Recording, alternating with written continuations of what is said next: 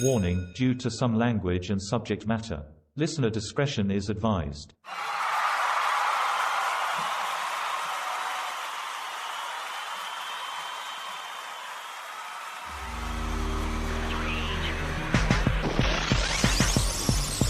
Serial, Making a Murderer, The Staircase. Ever since Serial's debut in 2014, true crime documentaries and interest in true crime stories have been on the rise. In particularly, stories that help exonerate those wrongly convicted for those crimes. Following a long career in the fashion industry, my next guest went to the New York Film Academy and became one of these documentarians. Conviction is her award-winning debut film and can now be found on Amazon Prime. Joining me on the podcast today is Gia Wertz. She is a featured writer for Forbes, founder and fashion designer of Studio 15, and through the passion of filmmaking, she is clearing a pathway to those deserving of exoneration by a flawed legal system. Ladies and gentlemen, this is Caught on the Mic. Gia Wertz, thank you for coming on the podcast today. It is an honor to interview you. I have watched your movie twice in this past week on Amazon Prime. And for those that have listened to the intro to this episode, the movie's called Conviction. It is on Amazon Prime. It's free to watch for Prime members right now. How are you today? I'm good. Hectic, but good. Hectic. Where are you calling in from? So I'm calling right now from Calgary, Alberta, in Canada, but I live in New York normally. I'm here traveling because my dad got sick, and so I'm kind of uprooted from my house and stuff. So everything's a little bit hectic right now. Well, I best wishes to your father. Thank you. And good for you. Good for you. Family always comes first above anything else. So I don't want to waste any time. Why don't you tell our listeners a little bit about yourself and kind of tell your origin story, how you went from point A to point B and the career shift in between? Yeah, for sure. So I had about a 20-year career in the fashion industry. When I was like 18 or so, I started working in fashion and loved it. I used to think that I have hit the jackpot because it was like I would do this for free and I'm getting paid to do it. What a wonderful job. And then when I got in my mid 30s, it just became not really fulfilling. And I decided, just felt that I didn't really love what I was doing anymore. And it felt like I worked 60 hours a week or more, all making money for large corporations. And I was like, is this really fulfilling anything for me? And, what clothes people wear or what sells, I didn't really care about anymore. And I'd always wanted to do something to help people who've been wrongfully convicted. I was really passionate about this ever since I read a book when I was like 20 years old called The 16th Round by Reuben Carter. And watched the movie The Hurricane with Denzel Washington based on that book. And it just, pulls at your heartstrings. And I was like, how can this be happening to just an innocent person who was going about their life? And now all of a sudden they're thrown in a max security prison for a crime they didn't commit, fighting for their freedom. It just seemed crazy to me at a young age. And so it stuck with me. And then when I was having these thoughts about switching careers, the podcast Serial came out. It was 2014 and Serial came out. And it was a very similar feeling I had and a very similar kind of wrongful conviction story about Adnan Syed, very similar to what I felt when I had read Reuben Carter's book. And that combined with what I was already thinking about my job, I thought, I'm going to try and do something to help Adnan's case. And so I organized a fundraiser in New York. That was the first thing that I did. And it was just a local, bands playing music. I made these free Adnan shirts because I owned a fashion brand at the time and I had access to doing that kind of stuff, and raised a decent amount of money, a few $1,000s that night. And we donated it. And from that point forward, I kept thinking, what more can I do? Like, you can donate a little bit of money or a little bit of time, but that doesn't really move the needle for anything major, right? It barely helped Adnan probably, let alone anything for the cause. And so I was thinking about that. And when I was organizing the fundraiser, my girlfriend who I was organizing it with said, I know a guy who's been through a really similar story. Do you want to meet him? He could be a speaker for our event. And I was like, yeah, absolutely. And so she introduced me to Jeff, and that's how I met Jeff, who's the subject of my film. And we kept in contact after that fundraiser for a few years. And I actually met him for coffee once and picked his brain a little bit and was like, for someone who's been through something like this, who's been on the other side, who's been wrongfully convicted, what can somebody like me do that would be most helpful to somebody that was in your position? And we talked a lot about going to law school or starting a podcast and all kinds of things. And he said it would take too long to make a podcast, like to monetize it and to get to the point where it actually helping people in his position. And law school was obviously a good option, but I hate to say this, but I went to Adnan Syed's post-conviction hearing. And what I saw at that post-conviction hearing with what was going on with the prosecutor made me really, really not want to be a lawyer, because I know my temperament and I wouldn't be able to be on the other side arguing with him. Right. And so that was kind of out the window for me. And at that same post-conviction hearing, there was a camera crew and they were filming. And the family ended up telling us that that camera crew was filming the documentary for HBO called The Case Against Adnan Syed. And that really got like my head spinning, because I've been a photographer for 20 years. I know my way around a camera. And I thought, hey, there's three, which was so naive, but I was like, there's three people making an HBO doc. Like, I got this. I'm going to go home and I'm going to make a documentary. And that's what triggered me to enroll into New York Film Academy. And that's how I ended up switching careers to go into filmmaking. So you've become familiar with Adnan Syed's family then? Yes. Yeah, I know them really well. I've known them ever since 2015, I think, or so. Oh, fantastic. Yeah. Fantastic. And so this is kind of what has inspired this pathway for you. And is it like strictly true crime and exoneration stories that you're hoping to pursue as a filmmaker? You know, that's all I want to do right now. The sole reason I switched careers was because I wanted to tell stories and help people who've been wrongfully convicted. So movies just take so much money and so much time to make that while I have so many interests and I would love to do other types of films, I just don't want to devote that amount of time and money to something else when I could be telling someone's story who really needs it, something I'm passionate about, you know? Absolutely. And that was kind of the the perfect storm of 2014 to 2016, because Serial came out, then Making a Murderer came out, and then The Staircase came out, and like Netflix all of a sudden had this big boon of documentaries that we've all watched. And yes. We've all been glued to. What's something creatively that you look at in creating content along those lines? Like what do you kind of view as your steps or your storyline beats? What do you want to capture initially whenever you're interviewing for somebody for something like this? You know, so I was a photographer for 20 years. I did it, a little bit for work and then mostly just for fun. And the thing I've always loved photographing the most was people. And so I said this to my husband when I came home after my first day shooting the documentary. I said, I haven't felt this passionate about something since the first day I picked up a camera to do a photo shoot. And the first day that I did my video shoot with Jeff, I felt that same kind of rush of like, I'm in the right place at the right time. And I just love everything about this. My favorite part creatively is really shooting people and is like capturing their emotion and asking them the right interview questions for them to really open up to you and be honest and raw and authentic. And capturing that on video is just amazing, from everything from themselves and their mannerisms and their body language and like the little details of how they're telling the story. That really intrigues me. And creatively, I love capturing that kind of stuff. But then also on the flip side, I love shooting B-roll, because that's like kind of the free reign. It's like kind of doing photography. You can go shoot whatever you think kind of fits. It's like painting a picture, it's really fun. Yeah. Yeah, it's kind of setting the mood. So speaking of the subject of your documentary, Jeff, man, is he not the most tender guy on film? Like my heart broke for him, like immediately. I couldn't envision how he would have been, how they would have classified him in the jump. I just don't see it as a viewer. And sometimes you can see guilt, can't you? Or innocence to a certain degree. And I could see the guy's innocence just listening to him talk about it. It's so interesting that you say that, because I wholeheartedly agree. And there's a couple of things, like, I think in a lot of cases, prosecutors, detectives, they get tunnel vision. And that's what happened in this case.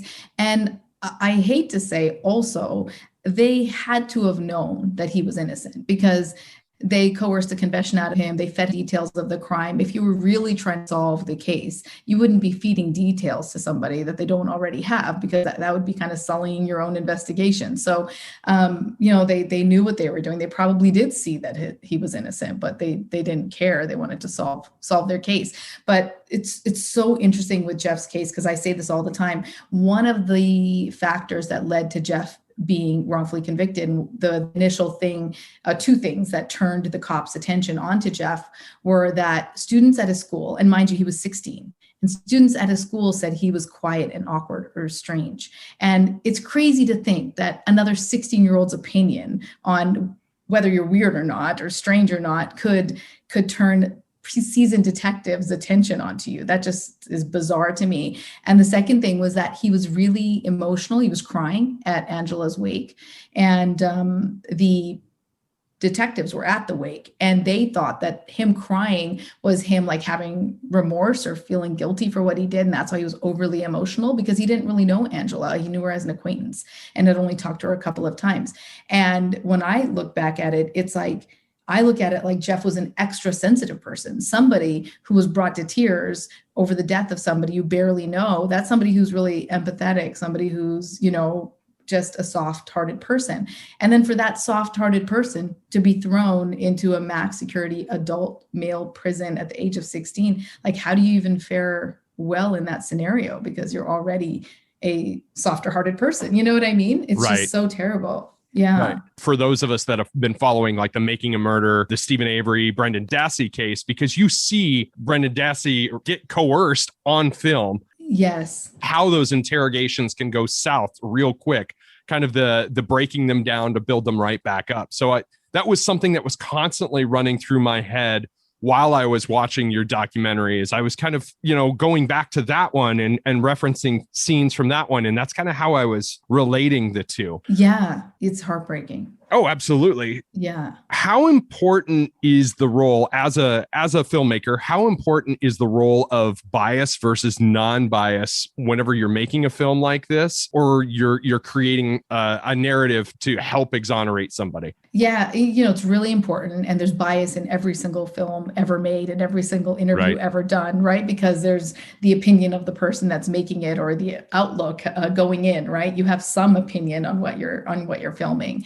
And so that's a really tough thing to navigate, I find. I mean, even from like in my documentary, for instance, there was, the dilemma of including any more information about the crime scene and whatnot of Angela's murder.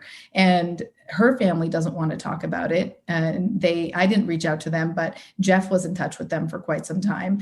And they actually told Jeff at one point that while they wished him well, and they had him over for dinner, I mean, they knew he was innocent. They felt really bad that he was another victim in this scenario. But after some years, they said, we wish you well and, all the best, but we don't want to be in contact, because contact with you is a constant reminder of the worst time of our life, which is completely understandable. And so there's all kinds of things that you come across, like, should we include anything else about her death? And for me, I thought, no, I would only include it if her family gave their blessing. And since we're not talking to them, then no, we won't. So it was strictly a movie about Jeff, and it didn't include Angela. But there's all these kinds of things, all these decisions you have to make, and all of it is kind of under the umbrella of your opinion and your views and your ethics and your, it's a really interesting question. Yeah, absolutely. So, and the reason I kind of teed that question up is, pardon me if I keep making this reference, but you followed the Making a Murder case, the Stephen Avery case. Okay. I love Making a Murder. It's so good. And I don't want to get us totally nerding out on that, but did you ever have points when you were watching that show where your opinion was flipping back and forth? Yes, many times. Okay. So do you think that was because of the oversharing of content, or the over sensationalizing of the content within that show? Or what was the catalyst for you? Because I have opinions on it too, but I'm really interested to Yeah. get your vantage point as somebody that's, kind of treading the waters of it, if you will. I don't know if it was either of those things for me. For me, the biggest thing was, there was blood on near the key ignition and things like that, and you don't want to believe that the legal system is corrupt. You don't Right. want to believe that the entities you believe in to keep us safe and everything is not really what it seems. So you're inclined to think, okay, if there was blood there, then maybe he did do it, or how else did it get there, and all these kinds of things. And so it's hard to reconcile that the legal system, the detectives, the prosecutors that you want to believe in, maybe are the ones that are committing the crime. That's a really tough thing. And for me, that's what it was. It was like, are they really that corrupt? Could this really happen? Or did he really do it? And Right. that's what kept taking me back and forth. Right. Yeah. Because I share the sentiment that if you believe in a conspiracy, you've never had to manage more than 10 people at once, because somebody's going to spill the beans at some point. So I've always kind of gone back and forth with that particular one. I think I've landed on a place where I'm fairly certain that Dassey was innocent. I'm still on the fence as far as Stephen Avery goes. But I definitely think that the police system, was definitely corrupt to a certain degree. But to what extent, I don't know. Yeah. So have you also watched The Staircase as well? I did. Yes. Okay. What did you think of that one? That one was great. I mean, as far as from a filmmaking perspective, it was a little too long and it got a little slow in the middle, right? Yes. And yes. And, did you know that The Staircase, I think, aired way long ago, years ago on TV? And that's why it was such a weird airing on Netflix or wherever it was, because the first 6 or 8 episodes were from a TV special from decades ago. And then the last 6 or 8 episodes were made now, and then they were put together today. So crazy. So that's why you could even tell with the quality of the filming. It was like all of a sudden there was really good quality footage and then not so good quality footage. So it was kind of the storytelling was a little bit strange in it. However, once it ended, as all of us armchair detectives do, I Googled everything that there is to Google about The Staircase. Right. And then learned about this whole owl theory. Do you know about this? Yes. Yeah. What's hilarious is my wife will give me shit for days because we'll watch a show together and I'll sit and I'll be on my little Google machine Googling things. And I'm like, well, maybe it's this. And she goes, that's not a theory. You're sitting there Googling it. And that's me. I am you in my relationship.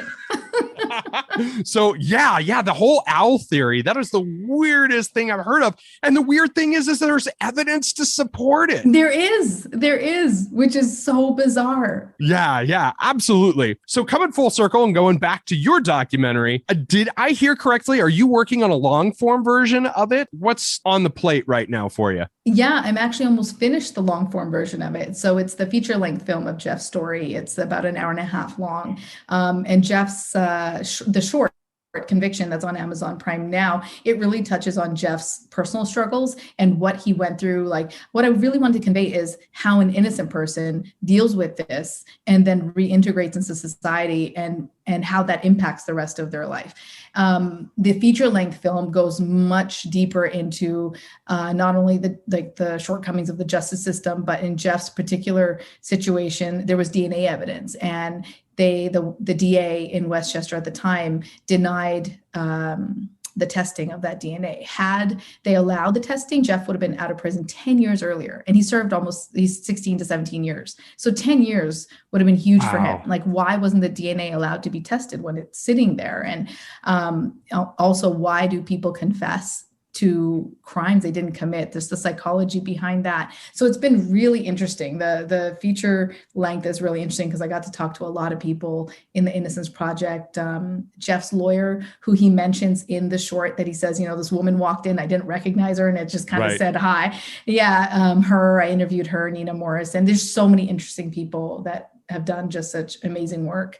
So it was a really interesting process, I got to say, to make the film. One of the things that really struck me about his story is when he talked about, getting out of jail at 45 years old, and how he was exploring the world as if he was a young 20-something again, because he'd had that taken away from his life. And it's It's one of those things you don't think about. It's not at the front of your mind whenever Yes. you're considering things like this, is how much development we all go through, our different seasons of life that we all go through Yes. that we take for granted. So Yes. man, that one almost hurt me. Like, well, it did hurt me. I know. I know. When I interviewed Jeff at that exact scene you're talking about, he got out in mid 30s, but I interviewed him when he was mid 40s. So he was saying, I'm 45 now, but I feel like I'm, 25. In that scene where he says, I just want to, go to amusement parks or play ball, and there's nobody that wants to do that at my age. I mean, I felt the same way as you. I mean, it really hit home, and it really hurt for him. And I came home and I told my husband, he was like, I'll play ball with him. I was like, yes, can you please? Because like, you love to play ball and you're his Right? age. And yeah. Right. Uh-huh. I think as 40 somethings ourselves, we start to really come to terms with mortality and thinking about mortality. And when somebody points out like how valuable youth is in a moment Yes. like that, it's it's Yes. earth shattering. Absolutely. Absolutely. And Jeff, it's really interesting because I interviewed his best friend, Nancy, and, other people in his life. And when I'm with Jeff and it's like work, because we're filming and we're working on a documentary. And anytime we talk, it's, related to somebody else's case and things like that's always work related. And Jeff is very businesslike and, very matter of fact and really on top of it. But other people who know him in his personal life, like his best friend, she said he is like an overgrown child. She's like, he stopped at 16. She's like, he is just a goofball. He's like a 16-year-old trapped in a 45-year-old's body. And I think it's very true. Like Jeff he's obviously a very capable person, obviously. Right. And he can do the work that needs to get done 9 to 5, but inside he's still that kid that never got to do all the things that you do at that age, and all the years lost, I think, are still, in him, in a way. Right. And spoiler alert, he is a lawyer now. Yes. And he's looking to help people overturn wrongful convictions himself. Yes, and he has so many. It's amazing. That is amazing. Yeah. And I think he also helped change the law in Connecticut with the death penalty as well. To abolish the death penalty. That is amazing. Yeah. So yeah, wow. He works tirelessly on this. I mean, he does it in the film, but it's so true. Like, he has this clear-cut mission, and he nothing is going to get in his way. Awesome. So how much more work needs to be done with the feature length? So the funny thing is, it would have been done already, except for COVID, of course. Right. I think that's the story about everything now. I know. We have 2 shoots left. We have one woman we want to interview in Colorado. And she is the person who initially, Jeff was, when he was stuck in prison, he was just writing letters to anybody who would listen to try and, get help. And the one woman who ended up getting his letter actually forwarded to her from someone Jeff never even wrote to her. Somebody that he wrote to sent it to her. She's the one who advised him to go to Innocence Project. So she kind of got the ball rolling. I need to interview her, and she's a key person. And so I'm waiting until I can travel there. And then the second shoot that we have to do is inside prisons, and the prisons got completely shut down, even for visitors, for inmates. So let alone journalists and filmmakers, they're not letting anyone in. So those are the 2 shoots I'm waiting on. Otherwise, it's pretty much finished, and we just need to do these interviews and finish the last little bit of editing, and then we can release it. Oh, I can't wait. If I could remove all the barriers and constraints, what is your dream project, and what is the type of project you want to be known for? Well, my dream project would be to work on a documentary on Adnan's case and figure out who the hell did this so he can get out of it. And that's would be my dream project. It would be my dream goal as well. Yeah. What was your second part of that question? Remind me. You kind of answered it. You said your dream project would be to work on Adnan's case, and you'd be known for that. That's what would you want to be known for? Kind of like, what's your legacy? What is your legacy project? And I think you answered that. It's so fantastic. Yeah, I mean, that would be a dream one, but I think Rabia's got that covered, and she's working on it. Rabia Chowdhury, who's the advocate who brought the case to Serial. Besides that, I mean, my ultimate goal is to work on somebody's case or tell the story of somebody who's currently incarcerated, so we can help either uncover some facts or at least give them a voice back to tell their side of the story, so I can help somebody who really needs it, who's incarcerated wrongfully. That's like the ultimate goal. But Adnan's case just really hits close to home for me because I know his mom now, and she's just the sweetest person ever. And yeah, so it really strikes a chord. Yeah. So I'm sure in doing research for these projects, you've kind of uncovered a treasure trove of potential wrongful conviction cases. Yeah. Through Jeff, really. Yeah. He works on so many cases, so he knows so many people in that position. So being New York based, like, are most of his cases centered around New York area or around, the Northeast, or? They're everywhere. I don't know if you remember the scene in the film where it's just a filing cabinet of names.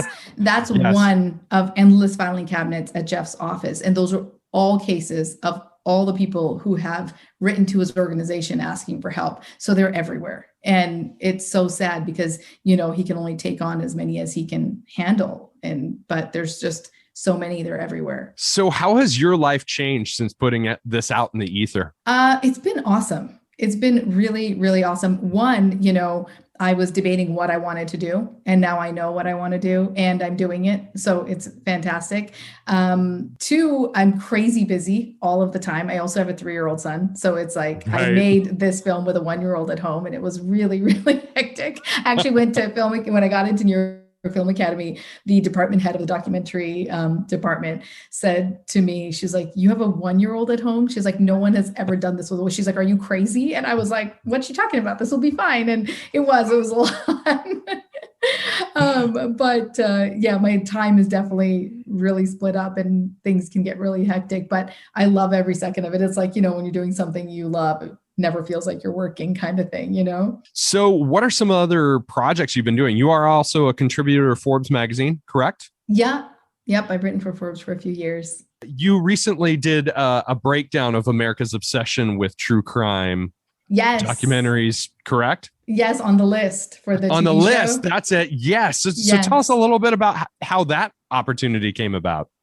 Oh, so that opportunity came about when I took this PR course, and the opportunity came through that course. Honestly, the people teaching the course introduced us to the producers of the list, and that's where it came about. And then I pitched them this idea because I found this fascinating. I read a New York Times article, and it talked about why women are so obsessed with true crime. And I am that person. And so as I was reading that article, I was like, this is me. They just wrote about me in this article, and I found it really fascinating. But all the reasons that they said that women are so fascinated with true crime were all the reasons that I have been, but I hadn't quite articulated it in my mind. I had wondered why I'm so drawn to true crime, because it's a weird thing to like, for sure.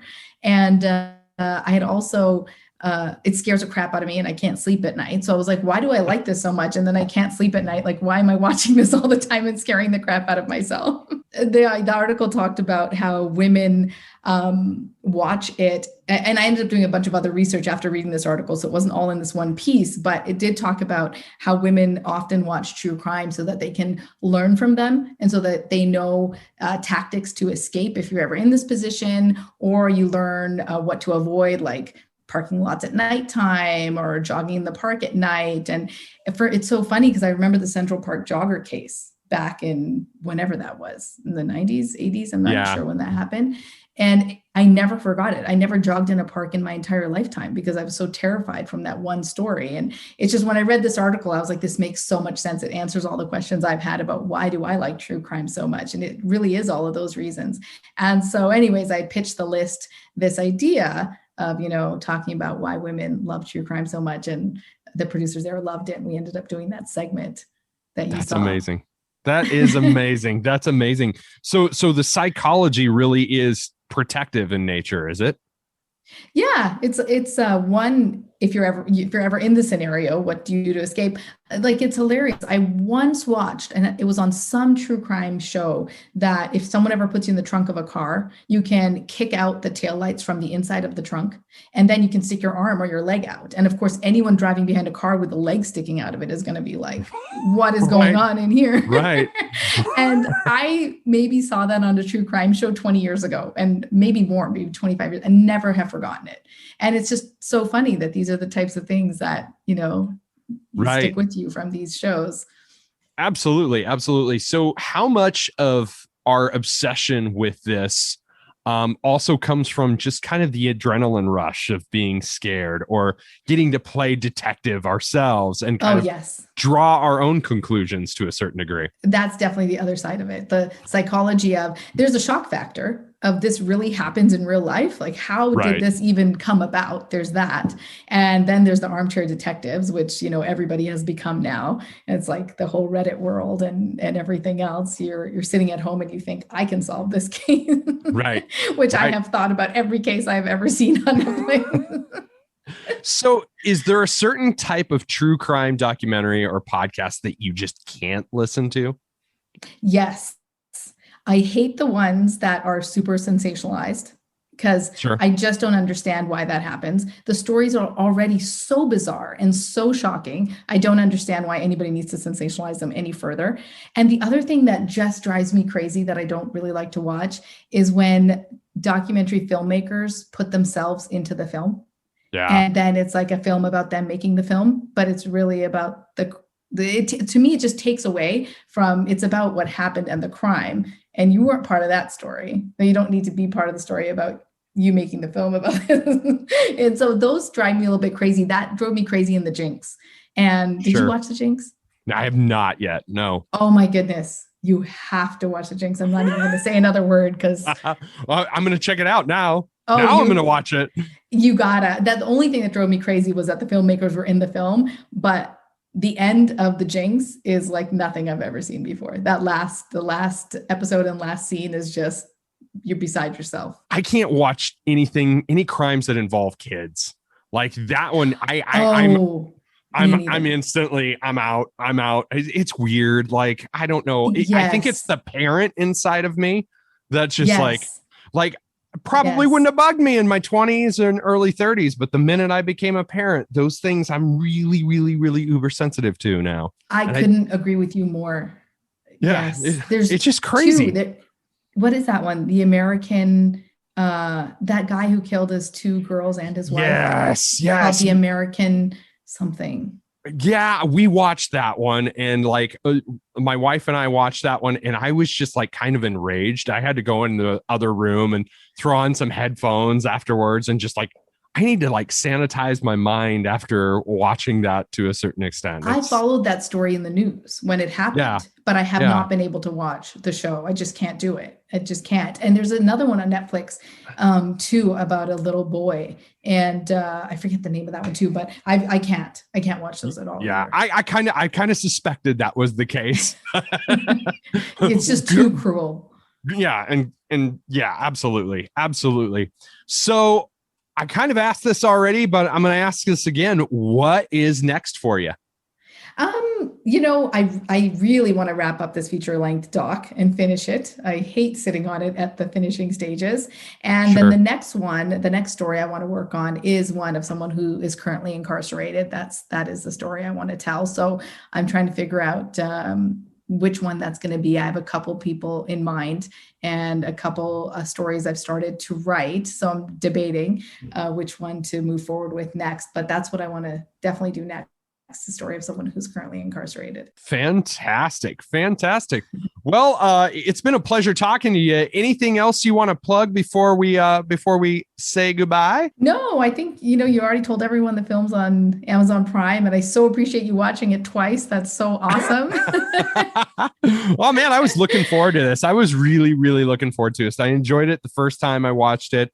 Like I told you before we pressed record, I'd gone through and I'd listened to a couple other podcasts that you had been on, and you've made a fan out of me, and I look forward to maybe talking to you again in the future. Yeah, I would love to talk to you. And likewise, I was a fan of you ever since I saw your, podcast video about being on your podcast. Awesome. Once again, I want to give a big thanks to Gia Wertz for being on the podcast today. It was an honor to get to interview her, and I am looking forward to what is coming next. To those of you that have been following along with my recent sob stories, I finally got my ass back in the gym this week. And after 2 days, it's kind of crazy how I feel like I've come back to life. But that's routines, right? Speaking of routines, I am going to routinely ask all of you to please give a 5-star review on Apple Podcast app or any podcast app that will allow you to leave reviews. Also, if you could be so kind, leave a few comments. The feedback is much appreciated, and all reviews help circulate episodes of this podcast. Also, please search me out on social media, Instagram, Facebook, or TikTok, and share some of it. Let's introduce some new friends to Caught on the Mic. This has been Caught on the Mic with Michael Clark. I'm Michael Clark. Until next time, thank you.